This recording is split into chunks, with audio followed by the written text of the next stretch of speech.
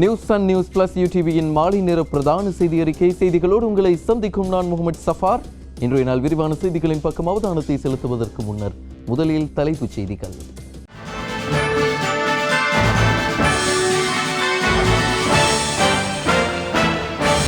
பாதுகாப்பு துறைக்கே அச்சுறுத்தலாக மாறியது கொரோனா. பொறுப்பற்ற பிரஜைகளே கோவிட் பரவலுக்கு காரணம் என்கிறார் பவித்ரா. மீண்டும் முடக்கப்படும் இலங்கை, இரு தினங்களில் திடீர் சோதனைகள். ரமலானை வரவேற்கும் இலங்கை முஸ்லிம்கள். பங்களாதேஷ் வைத்தியர்களையும் விட்டு வைக்காத கொரோனா.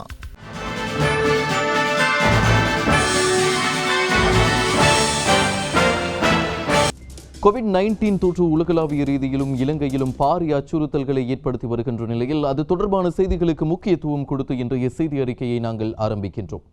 இலங்கையில் கொரோனா வைரஸ் தொற்றுக்கு உள்ளானவர்களினுடைய மொத்த எண்ணிக்கை 414 உயர்வடைந்துள்ளதாக சுகாதார அமைச்சு அறிவித்துள்ளது. இந்நிலையில் இன்றைய தினம் 46 புதிய கோவிட் தொற்றாளர்கள் இனங்காணப்பட்டுள்ளனர். ஒரே நாளில் இனங்காணப்பட்ட அதிகூடிய கோவிட் தொற்றாளர்கள் இன்று பதிவாகினர். இன்று மாலை 6 மணி வரையிலான நிலவரப்படி இலங்கையில் கோவிட்-19 வைரஸ் தொற்றுக்குள்ளானவர்களுடைய எண்ணிக்கை 414 அதிகரித்துள்ளது. இதில் 300 பேர் தொடர்ந்தும் சிகிச்சை பெற்று வருகின்றனர். ஒரு நாளில் இனங்காணப்பட்ட அதிகூடிய கோவிட் தொற்றாளர்கள் இன்று பதிவாகியுள்ளனர்.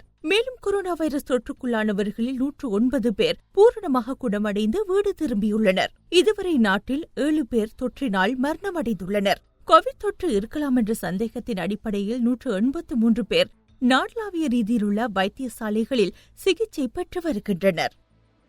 இன்று இனங்காணப்பட்ட 46 கோவிட் தொற்றாளர்களில் 11 பேர் கொழும்பு பண்டாநாயக்க பகுதியில் வசிப்பவர்கள் என சுகாதார சேவை பணிப்பாளர் வைத்தியர் அனில் ஜாசிங்க தெரிவித்துள்ளார். மேலும் இன்றைய தினம் 1142 PCR பரிசோதனைகள் மேற்கொள்ளப்பட்டுள்ளதாகவும் வைத்தியர் தெரிவித்தார். எதிர்காலத்தில் இந்த பரிசோதனைகளின் எண்ணிக்கை மேலும் அதிகரிக்கப்பட உள்ளதாகவும் தெரிவித்தார். දිනේ වාර්තාගත PCR පරීක්ෂණ ප්‍රමාණයක් කරලා තියෙනවා. ඒ පරීක්ෂණ ප්‍රමාණය 1142. இம்மாதம் 15ஆம் தேதி பண்டாநாயக்க பகுதியில் முதலாக கோவிட் தொற்றுக்கு ஆளான 59 வயதான பெண்ணொருவர் கண்டறியப்பட்டிருந்தார். இந்தியாவிற்கு சென்று வந்திருந்த குறித்த பெண்ணுடைய அயலவர்கள் உட்பட பலருக்கு அந்த பிரதேசத்தில் கோவிட் தொற்று இருப்பது தற்போது கண்டறியப்பட்டு வருகின்றது. இந்நிலையில் இன்றைய தினம் கொழும்பு 12 பண்டாநாயக்க மாவட்டத்தில் உள்ள வீடுகளில் உள்ள அனைவருக்கும் PCR பரிசோதனை மேற்கொள்ளப்பட்டுள்ளது. இதேவேளை கொழும்பு பண்டாநாயக்க பகுதியில் இதுவரையில் 76 பேர் வரை கொரோனா தொற்றாளர்களாக அடையாளம் காணப்பட்டுள்ளனர். நேற்றைய தினம் மொத்தமாக 38 கோவிட் தொற்றாளர்கள் இனங்காணப்பட்டுள்ளனர். இவர்களில் 9 பேர் கொழும்பு பண்டாநாயக்க பகுதியைச் சேர்ந்தவர்கள். மேலும் வெளிசர கடற்படை முகாமில் பணியாற்றிய ஒருவர் கோவிட் தொற்றாளராக இனங்காணப்பட்ட நிலையில் வெளிசர கடற்படையில் குறித்த வீரர் கடமையாற்றிய படைப்பிரிவினருக்கு PCR பரிசோதனை மேற்கொள்ளப்பட்டுள்ளதாக ராணுவ தளபதி சவேந்திர சில்வா தெரிவித்தார். இதன் அடிப்படையில் 29 நபர்களுக்கு கோவிட் தொற்று இருப்பது நேற்றைய தினம் கண்டறியப்பட்டது. ஜாயில சுதுவெல பகுதியில் இனங்காணப்பட்ட கோவிட் தொற்றாளரினால் இவர்களுக்கு கோவிட் தொற்று இருக்கின்றது. தற்போது குறித்த முகாமில் உள்ள 4000 கடற்படை வீரர்களுக்கும் அவர்களுடைய குடும்பத்தினருக்கும் கோவிட்-19 PCR பரிசோதனை மேற்கொள்ளப்பட்டுள்ளதாகவும் நாளைய தினமும் PCR பரிசோதனை மேற்கொள்ளப்பட உள்ளதாக ராணுவ தளபதி சவேந்திர சில்வா தெரிவித்துள்ளார். இதேவேளை நேற்றைய தினம் மேற்கொள்ளப்பட்ட PCR பரிசோதனைகளின் முடிவுகளுக்கு அமைய இன்றைய தினமும் மேலும் 30 பேருக்கு வெளிசர கடற்படை முகாமில் கோவிட்-19 வைரஸ் தொற்று இருப்பது கண்டறியப்பட்டுள்ளது. எனவே இதுவரை வெளிசரை கடற்படை முகாமில் கடமையாற்றிய 60 பேருக்கு கோவிட் தொற்று உறுதிப்படுத்தப்பட்டுள்ளதாகவும் அவர் தெரிவித்தார். PCR පරීක්ෂණ විශාල ප්‍රමාණයක් නාවික හමුදා කඳුර තුළ නාවික හමුදා කඳුර හුදකලා කිරීමෙන් අනතුරුව කරනු ලැබුවන් පස්සේ ඊයේ දිනේ ඒ පුද්ගලයා ඇතුළු 30 දෙනෙකු ආසාදනය වී තිබු බවට අපි තහවුරු කරන ලැබුවා. මේ අනුව ශ්‍රී ලංකා නාවික හමුදා වැලිසර කඳවුරේ අද දක්වා 60 දෙනෙකු COVID-19 ආසාදනය වී ඇති බවට තහවුරු වී තිබෙනවා. மேலும் கடற்படை வீரர்கள் குறித்து நாட்டில் உள்ள சில பகுதிகளில் அச்சநிலை நிலவுகின்றன. அவ்வாறு அச்சப்படுவதற்கு அவசியமில்லை. சந்தேகத்துக்குரிய அனைத்து வீரர்களையும் நாம் மீள அழைத்துள்ளோம் என்றும் தெரிவித்தார். வெளிசர கடற்படை முகாமில் கோவிட் தொற்று உறுதி செய்யப்பட்டுள்ள வீரர்களோடு பழகியிருந்து தற்போது விடுமுறையில் சென்றுள்ள வீரர்கள் மீண்டும் முகாமிற்கு அழைக்கப்பட்டுள்ளனர். ஏற்கனவே விடுமுறையில் இருந்த வீரர்களே அவர்களது வீடுகளிலேயே இருக்குமாறு பணிக்கப்பட்டுள்ளனர் என்றும் அவர் தெரிவித்தார். පරීක්ෂණ කිරීමට සෞඛ්‍ය අමාත්‍යාංශය ශ්‍රී ලංකා නාවික හමුදාවේ වෛද්‍ය කණ්ඩායම් මේ වෙමිටත් කටයුතු කළ තිබෙනවා. கொழும்பு மாவட்டத்திலேயே இதுவரை அதிக அளவிலானோர் கோவிட் வைரஸ் தொற்றினால் பாதிக்கப்பட்டுள்ளனர். இதுவரை கொழும்பு மாவட்டத்தில் 141 பேர் கோவிட் தொற்றுக்கு உள்ளாகியுள்ளனர். இதற்கு அடுத்தபடியாக களுத்துறை மாவட்டத்தில் 58 பேரும், புத்தளம் மாவட்டத்தில் 35 பேரும், கம்பஹா மாவட்டத்தில் 33 பேரும், யாழ்ப்பாண மாவட்டத்தில் 16 பேரும், பொலன்னறுவ வெளிசர கடற்படை முகாமில் 60 பேரும் கோவிட் தொற்றினால் பாதிக்கப்பட்டுள்ளனர். மக்களின் பொறுப்பற்ற நடவடிக்கைகள் காரணமாக COVID-19 தொற்று நாட்டில் பரவி வருவதாக சுகாதாரத்துறை அமைச்சர் பவித்ரா தேவி வன்னியாராய்ச்சி குற்றம் சாட்டியுள்ளார். கோவிட் தடுப்பு மையத்தில் இன்றைய தினம் இடம்பெற்ற செய்தியாளர் சந்திப்பில் வைத்தே அவர் இதனை தெரிவித்தார். නමුත් මේ ඇඳිරි නීති කාල සීමාව තුල අපි ගත්තොත් බණ්ඩාරනායක මාවතේ එක පුද්ගලයෙක් එම රෝගය සංගවාගෙන අනික් අයටත් බෝ කරලා එවැනි ආකාරයට හැසිරීමක් සිද්ධ වුණා. கோவிட்-19 பரவலை கட்டுப்படுத்துவதற்கான அனைத்து செயற்பாடுகளையும் அரசாங்கம் முன்னெடுத்துள்ளது. PCR பரிசோதனை எண்ணிக்கையினையும் அதிகரித்துள்ளது. கண்காணிப்பு மையங்களையும் அதிகரித்துள்ளோம். சிகிச்சை வழங்கும் வைத்தியசாலைகளில் வசதிகளையும் மேம்படுத்தியுள்ளோம். ஆனால் இந்த இடத்தில் கவலையோடு ஒரு விடயத்தை நினைவுபடுத்துகின்றோம். மக்களுடைய நலனுக்காகவே நாம் ஊரடங்கு சட்டத்தை அமுல்படுத்தினோம். சுகாதார வழிகாட்டல்களையும் வழங்கினோம். ஆனால் கொழும்பு 12 பண்டார்நாயக்க மாவட்டத்தில் உள்ள ஒரு பெண் கோவிட் தொற்று இருப்பதை அறிந்தும் மறைத்திருக்கிறார். அதனால் இன்று பண்டார்நாயக்க பகுதியில் அதிக அளவிலானோர் தொற்றுக்கு ஆளாகினர். அதேபோன்று நான் இந்த இடத்தில் மற்றொரு விடயத்தையும் சுட்டிக்காட்ட வேண்டும். பண்டார்நாயக்க பகுதியில் ஊரடங்கு அமலில் உள்ள போதும் அங்குள்ள மக்கள் கூட்டமாக சேர்ந்து காட் விளையாட்டுகளிலும் பொழுதுபோக்குகளிலும் சமூக இடைவெளியை பேணாமல் செயற்பட்டுள்ளனர். அதேபோன்று சுதுவெல பகுதியில் நபரொருவரின் பொறுப்பற்ற செயற்பாட்டால் குறித்த பகுதியில் மாத்திரமன்றே கடற்படை வீரர்கள் பலருக்கு தற்போது தொற்று ஏற்பட்டுள்ளது. நாம் அரசு என்ற ரீதியில் கோவிட் பரவலை கட்டுப்படுத்த அனைத்து நடவடிக்கைகளையும் முன்னெடுப்போம். ஆனால் நாட்டு பிரஜையாக உங்களில் ஒருவருடைய பொறுப்பற்ற செயற்பாடு மேலும் 100 பேரை பாதிக்கலாம். எனவே தொடர்ந்தும் சமூக இடைவெளியை பேணுங்கள். ඔබේ වගකීම ඉටු කරන්න, සමාජ දුරස්ථභාවය තවදුරටත් පවත්වාගෙන යන්න. ඒ වගේ இதேவேளை வெளிசிறை கடற்படை முகாமினைச் சேர்ந்த 4000 கடற்படை சிப்பாய்களும் அவர்களது குடும்பத்தினரும் சுய தனிமைப்படுத்தலுக்கு உட்படுத்தப்பட்டுள்ளனர். வெளிசிறை கடற்படை முகாமைச் சேர்ந்த 30 சிப்பாய்களுக்கு கொரோனா தொற்று உறுதி செய்யப்பட்டமையை அடுத்து இந்த நடவடிக்கை எடுக்கப்பட்டுள்ளது. வெளிசிறை கடற்படை முகாமைச் சேர்ந்த உறுப்பினர்கள் நடமாடிய பகுதிகள் குறித்து பாதுகாப்பு மற்றும் சுகாதார பிரிவினர் கவனம் செலுத்தியுள்ளனர். இதன் அடிப்படையில் அம்பாறை மாவட்டத்தின் 4 பகுதிகளுக்குள் பிரவேசிப்பதற்கும் அங்கிருந்து வெளியேறுவதற்கும் போலீசாரினால் கட்டுப்பாடுகள் விதிக்கப்பட்டுள்ளன. உகன, தமன் ஆகிய பிரதேச செயலாளர் பிரிவுகளில் ரஜிவவ, மடவலவந்த, பகலலந்த மற்றும் நவகிரியாவா ஆகிய பகுதிகளில் உள்ள மக்களுக்கு அத்தியாவசிய தேவைகளுக்காக மாத்திரம் வீடுகளிலிருந்து வெளியேறுவதற்கு அனுமதி வழங்கப்பட்டுள்ளது. வாரியப்புல பிரதேச சபை அலுவலகம் தற்காலிகமாக மூடப்பட்டுள்ளது. குறித்த பிரதேச சபையின் பணிப்பாளர் ஒருவர் நேற்று கட்டுப்புத்த பிரதேசத்தில் அடையாளம் காணப்பட்ட கொரோனா தொற்றாளரான கடற்படை சிப்பாயுடன் நெருக்கமான தொடர்புகளை கொண்டிருந்தமை கண்டறியப்பட்டுள்ளது. இதன் காரணமாகவே குறித்த நடவடிக்கை எடுக்கப்பட்டுள்ளது. இதேவேளை வெளிசர கடற்படை முகாமில் கோவிட் தொற்றாளராக இனங்காணப்பட்ட கடற்படை வீரர்களுடன் தொடர்பை பேணியதாக தெரிவிக்கப்படும் குர்நாகில் மீகுலாவ பிரதேசத்தின் சில குடும்பங்களும் தற்போது தனிமைப்படுத்தலுக்கு உட்படுத்தப்பட்டுள்ளன. சுமார் 16 குடும்பங்களைச் சேர்ந்த 34 நபர்களை இவ்வாறு தனிமைப்படுத்தலுக்கு உட்படுத்தப்பட்டுள்ளதாக மீகுலாவ போலீசார் தெரிவித்துள்ளனர். வெளிசர கடற்படை முகாமில் கோவிட் தொற்றாளராக முதலில் இனங்காணப்பட்ட நபருடைய தொடர்புகளுக்கு அமைய பொலனறுவை மாவட்டத்தின் லங்காபுர பிரதேச செயலாளர் பிரிவுக்குட்பட்ட 12 கிராமங்கள் தொடர்ந்தும் தனிமைப்படுத்தப்பட்டுள்ளன. லங்காபுர, வீரபுர, பூமாடிய, புலாஸ்திகம, அபயபுர, சோமபுர, பௌத்தார்கம, சங்கபோதிகம, அல்ஹிலால்புர, ரிஃபாய்புர, தம்பால, பட்டுனுகம் ஆகிய கிராமங்களை தனிமைப்படுத்தப்பட்டுள்ளன. பூமாடிய கிராமத்தைச் சேர்ந்த 11 குடும்பங்களைச் சேர்ந்த 43 பேர் மட்டக்களப்பில் உள்ள 2 தனிமைப்படுத்தல் முகாம்களுக்கு அனுப்பி வைக்கப்பட்டுள்ளனர். இதேவேளை புத்தளம் சாஹிரா கல்லூரியில் தனிமைப்படுத்தப்படும் நிலையத்தில் தனிமைப்படுத்தப்பட்டிருந்த 82 பேர் தனிமைப்படுத்தல் நிலையத்திலிருந்து இன்று காலை வீடுகளுக்கு அனுப்பி வைக்கப்பட்டனர். பாலியகுடம் மீன் சந்தை மொத்த விற்பனை நடவடிக்கைகளுக்காக நாளை முதல் மீண்டும் திறக்கப்பட உள்ளது. பாலியகுடம் மீன் விற்பனையாளர்கள் சங்கம் இந்த விடயத்தினை தெரிவித்துள்ளது. மீன் வியாபார நடவடிக்கையில் ஈடுபடும் பெலியந்தல பகுதியை சேர்ந்த ஒருவருக்கு கடந்த 22ஆம் தேதி கொரோனா தொற்று உறுதி செய்யப்பட்டது. இந்நிலையில் கொரோனாவினால் பாதிக்கப்பட்ட குறித்த மீன் வியாபாரி கடந்த 18ஆம் திகதி பெஹலியகொட மீன் சந்தைக்கு வருகை தந்திருந்தமை தெரியவந்ததை அடுத்து பெஹலியகொட மத்திய மீன் சந்தை மூடப்பட்டது. இதேவேளை பெஹலியகொட மத்திய மீன் சந்தை வர்த்தகர்கள் 529 பேர் PCR பரிசோதனை நடவடிக்கைகளுக்கு உட்படுத்தப்பட்டனர். இதன்போது பெஹலியகொட மத்திய மீன் சந்தை வர்த்தகர்களுக்கு கொரோனா தொற்று ஏற்படவில்லை என்பதும் உறுதிப்படுத்தப்பட்டுள்ளது.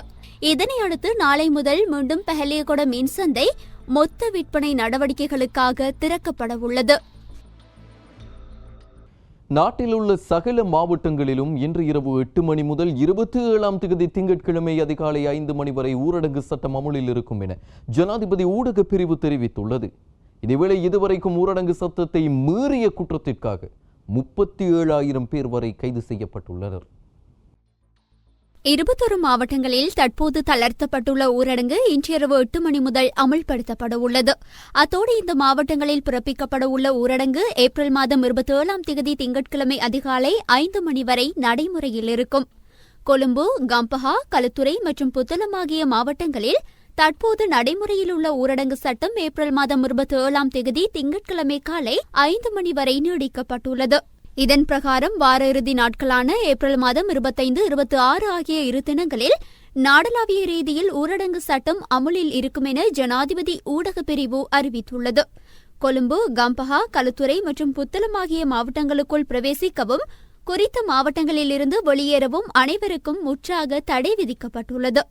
ஊரடங்கு சட்டம் அமுல்படுத்தப்பட்டுள்ள காலப்பகுதியில் அத்தியாவசிய தேவைகளை முன்னெடுக்கவும் விவசாயத்தில் ஈடுபடவும் ஏற்கனவே அறிவிக்கப்பட்ட விதிமுறைகள் மற்றும் ஆலோசனைகள் திருத்தமின்றி அமுல்படுத்தப்படும் என ஜனாதிபதி ஊடகப் பிரிவு தெரிவித்துள்ளது.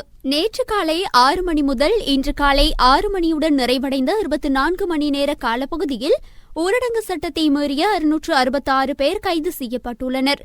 இதன்போது 183 வாகனங்களும் போலீசாரினால் பறிமுதல் செய்யப்பட்டுள்ளன. இதற்கமைய இதுவரை ஊரடங்கு சட்டத்தை மீறியமை தொடர்பில் 37,000 பேர் கைது செய்யப்பட்டுள்ளதுடன் 10,000 வாகனங்களும் பறிமுதல் செய்யப்பட்டுள்ளன. இதேவேளை மார்ச் மாதம் 1ஆம் தேதி அல்லது அதற்கு பின்னர் வழங்கப்பட்ட வாகன போக்குவரத்து தண்டப்பணத்தை மேலதிக தண்டப்பணமின்றி எத்தகைய தபால் அல்லது உபதபால் நிலையங்களிலும் எதிர்வரும் மே மாதம் 2ஆம் தேதி வரை செலுத்துவதற்கு வாய்ப்பளிக்கப்பட்டுள்ளது. மேலும் இலங்கையில் அனைவரும் கட்டாயம் மாஸ்க் அணியுமாறு அரசாங்கம் உத்தரவு பிறப்பித்திருந்த போதிலும் பெரும்பாலான மக்கள் அரசாங்கத்தின் உத்தரவினை பொருட்படுத்தாது மாஸ்க் அணியாது செல்வதனை அவதானிக்க முடிகின்றது. வவுனியா பழைய பேருந்து நிலையத்திற்கு முன்பாக மாஸ்க் அணியாது செல்பவர்களை மறித்து எச்சரிக்கும் நடவடிக்கையில் போலீசார் இன்று ஈடுபட்டிருந்தனர்.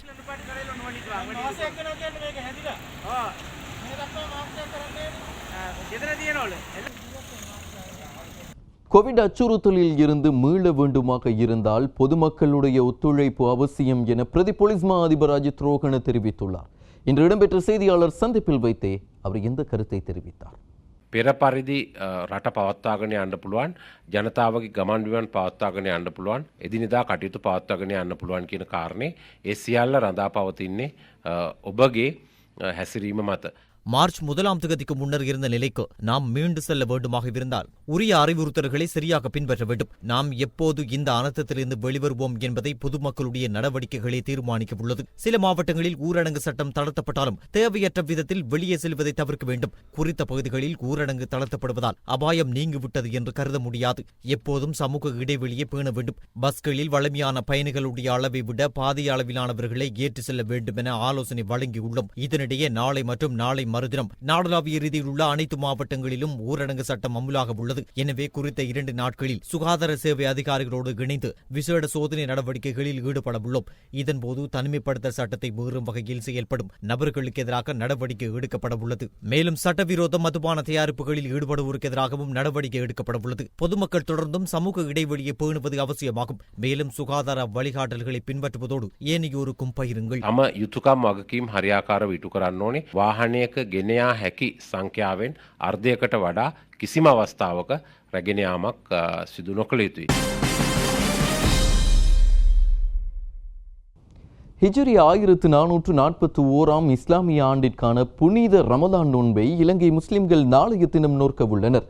கோவிட்-19 தாக்கம் உலக அளவில் உச்சத்தை தொட்டுள்ள நிலையில் இலங்கையிலும் வைரஸின் பாதிப்பு நாளுக்கு நாள் அதிகரித்து வருகிறது. இந்நிலையில் இம்முறை புனித ரமலான் மாதம் வித்தியாசமாகவே நோக்கப்படுகிறது. உலகில் வாழ்கின்ற சுமார் 1.8 பில்லியன் முஸ்லிம்கள் புனித மாதமாக கருதுகின்ற மாதம்தான் இந்த ரமலான் மாதம். இஸ்லாமிய நாட்காட்டியில் 9வது மாதமான ரமலான் மாதத்துக்கான தலைப்பிறை பார்க்கப்பட்டு இந்த ரமலான் மாதத்தை முஸ்லிம்கள் ஆரம்பிக்கின்றனர்.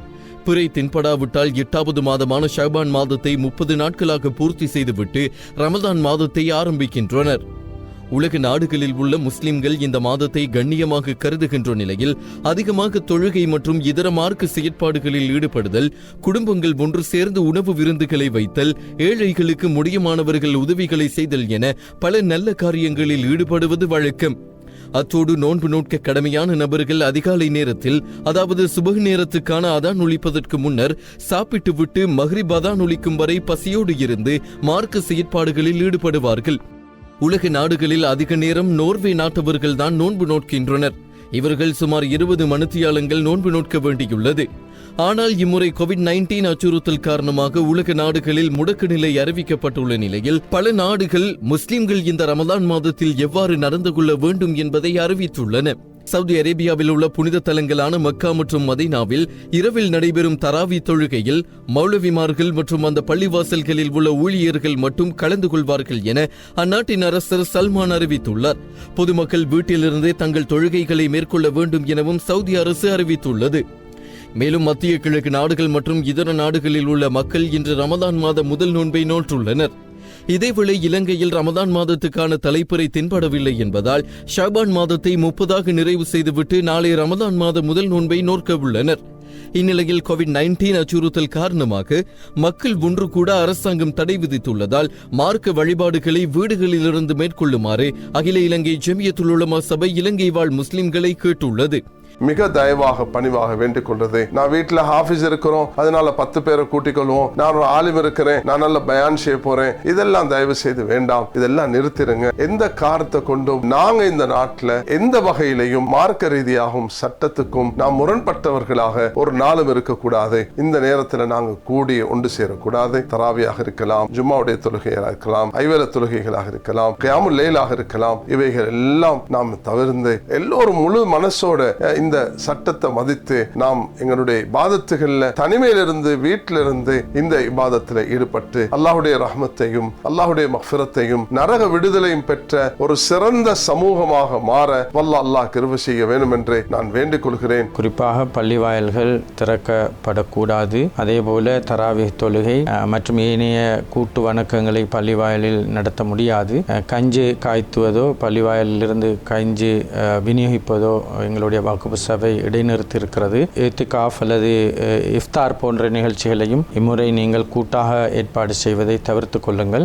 அனைத்து வணக்க வழிபாடுகளையும் உங்களுடைய வீடுகளில் இருந்து குடும்பத்தோடு இஃப்தாரை நீங்கள் கூட்டாக செய்யுங்கள். பல வீடுகளை சேர்த்து கூட ஒரு இமாமை கொண்டு வந்து உங்களுடைய வீட்டிலே அல்லது மேல் மாடியிலே தராவி தொழுவிக்க முயற்சிக்காதீர்கள். இவற்றையெல்லாம் நாங்கள் சொல்வது சுகாதார அமைச்சுடைய வழிகாட்டலின்படி இந்த பிசிக்கல் டிஸ்டன்ஸை மெயின்டைன் பண்ண வேண்டும். இந்த கொரோனா வைரஸ் தொற்றை நாங்கள் தடுக்க வேண்டும் என்பதற்காக. எனவே நாங்கள் எங்களையும் காத்து எங்களுடைய குடும்பத்தையும் காத்து எங்களுடைய ஊரையும் காத்து முழு நாட்டையும் காத்து அதே போல முழு மனித சமுதாயத்துக்கும் நாங்கள் இதன் மூலமாக உதவி செய்கின்றோம் என்பதை நினைவில் இருத்தி ஒருவரும் தியாக சிந்தையோடு இந்த முறை வித்தியாசமாக ரமலானை கழியுங்கள். உங்களுடைய வீடுகள் புண்ணியங்கள் பூத்து குலுங்கும் வீடுகளாக மாற்றக்கூடிய ஒரு சந்தர்ப்பத்தை அல்லாஹ் தஆலா இந்த வருடம் தந்திருக்கிறான் என்பதை ஞாபகப்படுத்திக் கொள்ள விரும்புகின்றேன். இதேவேளை கோவிட்-19 அச்சுறுத்தல் காரணமாக தனிமைப்படுத்தல் பொறிமுறையில் உள்வாங்கப்பட்டுள்ள இஸ்லாமியர்களுக்காக ஒவ்வொரு தனிமைப்படுத்தல் நிலையங்களிலும் அவர்களுக்கான ஏற்பாடுகள் செய்யப்படும் என ராணுவ தளபதி ஷவேந்திர சில்வா அறிவித்துள்ளார்.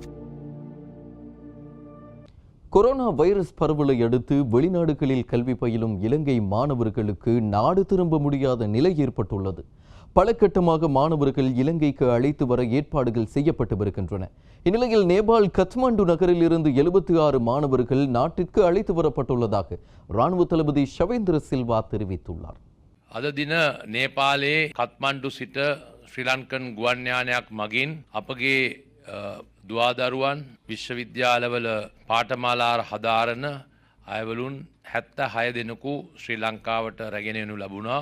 கோவிட்-19 கொரோனா வைரஸ் பரவலை அடுத்து சர்வதேச ரீதியில் விமான பயணங்கள் இடைநிறுத்தப்பட்டன.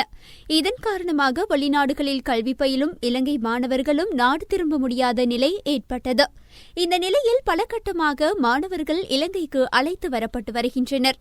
ஸ்ரீலங்கன் விமான சேவைக்கு சொந்தமான சிறப்பு விமானம் மூலம் இந்தியாவிலிருந்து 117 இலங்கை மாணவர்கள் இந்துநாயக்க சர்வதேச விமான நிலையத்தை வந்தடைந்தனர். இந்தியாவின் கோயம்புத்தூர் நகரில் உள்ள மாணவர்களே இவ்வாறு அழைத்து வரப்பட்டுள்ளனர். குறித்த மாணவர்கள் அனைவருக்கும் கொரோனா தொற்று உள்ளதா என பரிசோதனைகளை முன்னெடுக்கும் விதத்தில் தனிமைப்படுத்தல் முகாம்களுக்கு அனுப்பி வைக்கப்பட்டுள்ளனர். இதேபோல நேபாள் காத்மண்டு நகரிலிருந்து 93 மாணவர்கள் நாட்டிற்கு அழைத்து வரப்பட்டுள்ளனர். இவர்களை அழைத்து வந்த விமானம் இன்று மாலை 3:30 மணியளவில் இலங்கையை வந்தடைந்துள்ளது. இந்நிலையில் ஸ்ரீலங்கன் விமான சேவைக்கு சொந்தமான சிறப்பு விமானம் மூலம் இந்தியாவிலிருந்து 101 இலங்கை மாணவர்கள் நேற்றும் நாட்டிற்கு அழைத்து வரப்பட்டுள்ளனர். இந்தியாவின் அமிர்தசரஸ் நகரில் உள்ள மாணவர்களே இவ்வாறு நேற்றைய தினம் அழைத்து வரப்பட்டனர். பாகிஸ்தானில் லாகூர் மற்றும் கராச்சியிலிருந்து 113 மாணவர்கள் 20ஆம் தேதி மாலை நாட்டுக்கு அழைத்து வரப்பட்டனர். இந்நிலையில் அடுத்த கட்டமாக நாளை இந்தியாவின் மும்பையில் தங்கியுள்ள மாணவர்களும் அழைத்து வரப்பட உள்ளனர். 26ஆம் தேதி கோயம்புத்தூரிலிருந்தும் 27ஆம் தேதி டாக்காவிலிருந்தும் 28ஆம் தேதி பெங்களூரிலிருந்தும் மாணவர்கள் இலங்கைக்கு அழைத்து வரப்பட உள்ளனர். இதேபோல வெளிநாட்டில் கல்வி பயிலும் இலங்கை மாணவர்களை நாட்டிற்கு அழைத்து வர அரசாங்கம் பல நடவடிக்கைகளை முன்னெடுத்து வருவதாக அமைச்சரவையின் இணை பேச்சாளர் அமைச்சர் பந்தல குணவர்த்தன நேற்று தெரிவித்திருந்தார். தேன் உற்பத்தியில் ஈடுபட்டு தற்போது வாழ்வாதாரத்தை இழந்து தவிக்கும் ஒரு விவசாயி பற்றிய கதையை அடுத்து பார்க்கலாம். மன்னார் நானாட்டான் பிரதேச செயலக பிரிவுக்கு உட்பட்ட எருவிட்டான் பகுதியை சேர்ந்தவர் விக்னேஸ்வரன் ஆவார். கடந்த வருடம் மன்னார் விவசாய திணைக்களத்தினால் சிறந்த வீட்டுத் தோட்ட செய்கையாளர் மற்றும் சிறந்த தேனீ வளர்ப்பாளர் விருதையும் இவரே பெற்றிருந்தார். தனது வீட்டை சூழவுள்ள சிறிய அளவிலான காணியை சுத்தப்படுத்தி வீட்டுத் தோட்ட செய்கை, கால்நடை வளர்ப்புடன் முக்கியமாக தேனீ வளர்ப்பில் கடந்த 2 வருடங்களுக்கு மேலாக ஈடுபட்டு வருகின்றார். வீட்டுத் தோட்டம் மற்றும் கால்நடை வளர்ப்பு, தேனீ வளர்ப்பு மூலம் கிடைக்கின்ற சிறிய அளவிலான லாபத்தை கொண்டு விக்னேஸ்வரன் தனது குடும்பத்தின் அத்தியாவசிய தேவையை பூர்த்தி செய்து வருகின்றார்.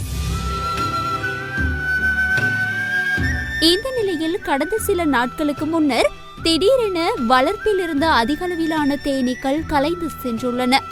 4 மாத காத்திருப்பின் பின் இன்னும் ஒரு சில வாரங்களில் தேன் வதைகளிலிருந்து தேனை சேகரிக்க காத்திருந்த நிலையில் சுமார் 10க்கும் மேற்பட்ட பெட்டிகளில் இருந்த தேனீக்கள் கலைந்து சென்றுள்ளதால் வாழ்வாதாரத்தை இழந்த நிலையில் என்ன செய்வது என அறியாமல் குறித்த விவசாயி கவலை அடைந்துள்ளார். அந்த தேனீ வளர்ப்பு கடந்த ஒரு 4 வருஷ காலமாக செஞ்சு கொண்டு வரேன். இந்த தேனியெல்லாம் இப்போ தற்போது களைஞ்சி போயிட்டு, இந்த தேனியெல்லாம் திடீர்னு களைஞ்சி போயிட்டு மாத மாட்டில் இதுக்கு தேன் எடுக்கக்கூடிய மாதிரி இருந்துச்சு. இந்த தேனியில் எடுத்து தான் எனது வாழ்வாதாரத்தை வச்சு பிள்ளைகளுக்கு உரிய படிப்பு செலவுகள், சிறு சேமிப்புகள்லாம் செய்து கொண்டு வந்தேன். இப்போ இந்த ஊரடங்கு சட்டத்தாலையும் சரியாக பாதிக்கப்பட்டு இருக்கிறேன். இப்போ தேனிகளும் களைஞ்சி போனதால் ரொம்ப பாதிக்கப்பட்டு அந்த என்ற வாழ்வாதாரத்தை கொண்டு செல்ல இயலாமல் ரொம்ப திணறி கொண்டு இருக்கிறேன். ஊரடங்கு சட்டம் காரணமாக வாழ்வாதாரத்தை இழந்த நிலையில் தற்போது தேனீக்களும் கலைந்து சென்றுள்ளமை விக்னேஸ்வரனின் துயரத்திற்கு மற்றொரு காரணமாக அமைந்துள்ளது. எஞ்சியுள்ள தேன் வதைகளை வைத்து தற்போது மெழுகு மாத்திரமே உற்பத்தி செய்ய முடியும் எனவும், இந்நிலையில் மெழுகை வாங்கவும் யாரும் இல்லை எனவும் கவலை தெரிவித்தார். இவ்வளவு தேனீகளும் கலைஞ்சு போயிட்டு இருக்கிறோம். ரொம்ப மன வருத்தத்தோட இருக்கிறோம். ஆனால் இதை வச்சு நான் இனி மெழுகுகளெல்லாம் செய்யலாம். அந்த மெழுகுகளை செய்து தேனீ வளர்த்து முன்னேற்றம் அடைஞ்ச போல இந்த மெழுகுகளை வச்சு ஒன்றும் செய்யலாது. இனி இவ்வளோத்தையும் சேர்த்து எடுக்கிறோம்னா எவ்வளோ காலம் ஆகுது தெரிகிறது. ரொம்ப மனத்தோடு இருக்கும்.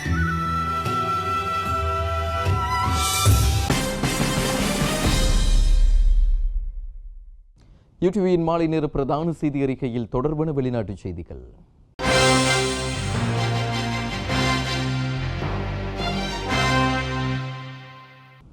பங்களாதேஷில் 100கணக்கான வைத்தியர்களுக்கு கொரோனா வைரஸ் தாக்கம் ஏற்பட்டுள்ளது. மேலும் பங்களாதேஷில் கொரோனா வைரஸ் தாக்கம் அதிகரித்து வருவதால் அரசாங்கம் தமது சுகாதார ஊழியர்களை தொற்று நோயிலிருந்து பாதுகாக்க போராடி வருகின்றது.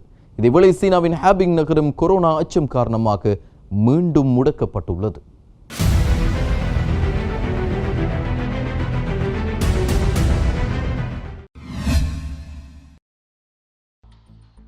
சீனாவில் திடீரென்று ஒரே நாளில் 70 பேருக்கு கொரோனா தொற்று கண்டறியப்பட்டதை அடுத்து வுகான் போன்று இன்னொரு நகரை மொத்தமாக முடக்கப்பட்டுள்ளதாக தகவல்கள் வெளியாகியுள்ளது. சுமார் 1 கோடி மக்கள் வசிக்கும் சீனாவின் ஹாபின் நகர் இப்போது கொரோனா பரவலை எதிர்கொண்டு வருகிறது.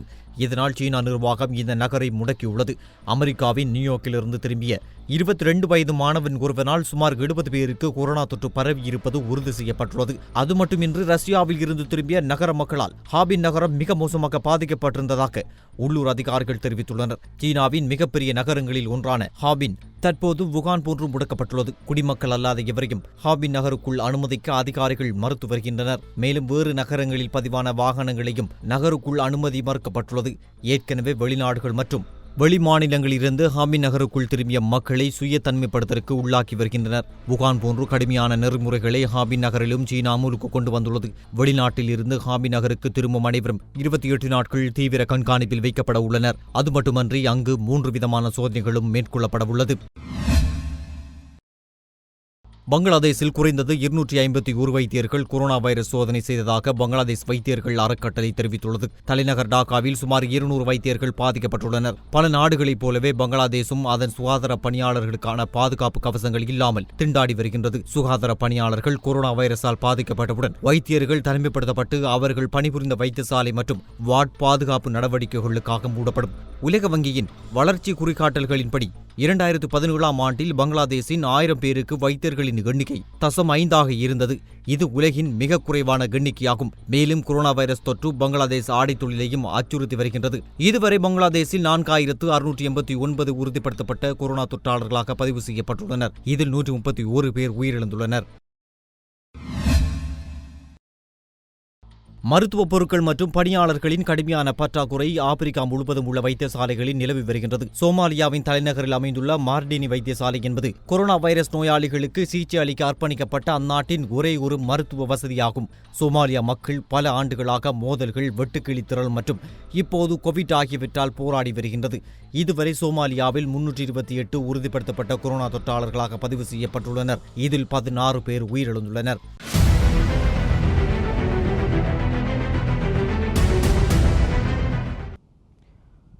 190க்கும் அதிகமான நாடுகளில் கோவிட்-19 தொற்று பாதிப்புகளை ஏற்படுத்தி வருகின்ற நிலையில் அதிகமான நோயாளர்களை கொண்ட நாடுகளின் வரிசையில் இந்தியா 16வது இடத்தில் உள்ளது என்பது அச்சத்தை ஏற்படுத்தியுள்ளது. பிப்ரவரி மாதம் 15ஆம் திகதி 3 நோயாளர்களை மட்டுமே அங்கு அடையாளம் காணப்பட்டிருந்த நிலையில் சுமார் 70 நாட்களில் பாதிக்கப்பட்டவர்களின் எண்ணிக்கை 23,502 அதிகரித்துவிட்டது. இந்தியா முழுவதும் முடக்கப்பட்டுள்ள நிலையில் அங்கு பல பகுதிகளில் பரிசோதனை நடவடிக்கைகள் முன்னெடுக்கப்பட்டு வருகின்றன. 70 நாட்களுக்குள் இந்தியா முழுவதும் 23,502 நோயாளர்கள் அடையாளம் காணப்பட்டுள்ளனர். இது அந்நாட்டில் மேற்கொள்ளப்பட்ட 5,43,000க்கும் அதிகமான கோவிட்-19 சோதனைகளின் முடிவாக உள்ளது. இதேவேளை உயிரிழந்தவர்களின் மொத்த எண்ணிக்கையும் 722ஐயும் தாண்டிவிட்டது. கடந்த நாளில் மட்டும் அங்கு 40க்கும் அதிகமான உயிரிழப்புகள் பதிவாகியுள்ளன. இந்நிலையில் பாதிக்கப்பட்டவர்களில் அதிகமானவர்கள் கிராமப்புற மக்கள் என்றும் சில கருத்துக்கள் வெளியாகியுள்ளன. இதற்கிடையே கொரோனா வைரஸ் பரவலை கட்டுப்படுத்துவது தொடர்பாக பல்வேறு நாடுகளின் தலைவர்களுடன் பிரதமர் மோடி கடந்த சில வாரங்களாக தொடர்ந்தும் ஆலோசனை நடத்தி வருகின்றார். இந்நிலையில் கொரோனா வைரஸ் தடுப்பு நடவடிக்கைகள் தொடர்பாக சிங்கப்பூர் பிரதமருடன் பிரதமர் மோடி தொலைபேசியில் ஆலோசனை நடத்தினார். இது தொடர்பாக பிரதமர் அலுவலகம் வெளியிட்டுள்ள செய்தியில், கொரோனா வைரஸ் தடுப்பு நடவடிக்கைகள் தொடர்பாக சிங்கப்பூர் பிரதமர் லீ சென் லூங்குடன் பிரதமர் மோடி நேற்று தொலைபேசியில் ஆலோசனை நடத்தினார். அப்போது கொரோனா பெரும் தொற்றால் ஏற்பட்டுள்ள பொருளாதார சவால்கள் மற்றும் சுகாதார சவால்கள் குறித்து இரு தலைவர்களும் ஆலோசித்தனர் என பிரதமர் அலுவலகம் செய்தி வெளியிட்டுள்ளது. கோவிட்-19 வைரஸை கட்டுப்படுத்த இலங்கைக்குள்ள அரசாங்கம் பல முன்னெச்சரிக்கை நடவடிக்கைகளை மேற்கொண்டு வருகின்ற நிலையிலும் நாளுக்கு நாள் கோவிட் தொற்றாளர்களினுடைய எண்ணிக்கை அதிகரித்தே வருகிறது. எனவே சுகாதார அமைச்சு காட்டியிருக்கின்ற வழிகாட்டல்களை சரியான முறையில் பின்பற்றி நம்மையும் பாதுகாத்து நாட்டையும் பாதுகாக்க வேண்டியது நம் ஒவ்வொருவரின் தலையாய கடமை என்பதை ஞாபகப்படுத்திக் கொண்டு யூடிவியின் மாலை நேர பிரதான செய்தி அறிக்கையை இத்தோடு நாங்கள் நிறைவுக்கு கொண்டு வருகிறோம். எமது அடுத்த பிரதான செய்தி அறிக்கை நாளை இரவு 7:30 மணிக்கு இடம்பெறும். அதுவரை யூடிவியின் நிகழ்ச்சிகளோடு இணைந்திருங்கள்.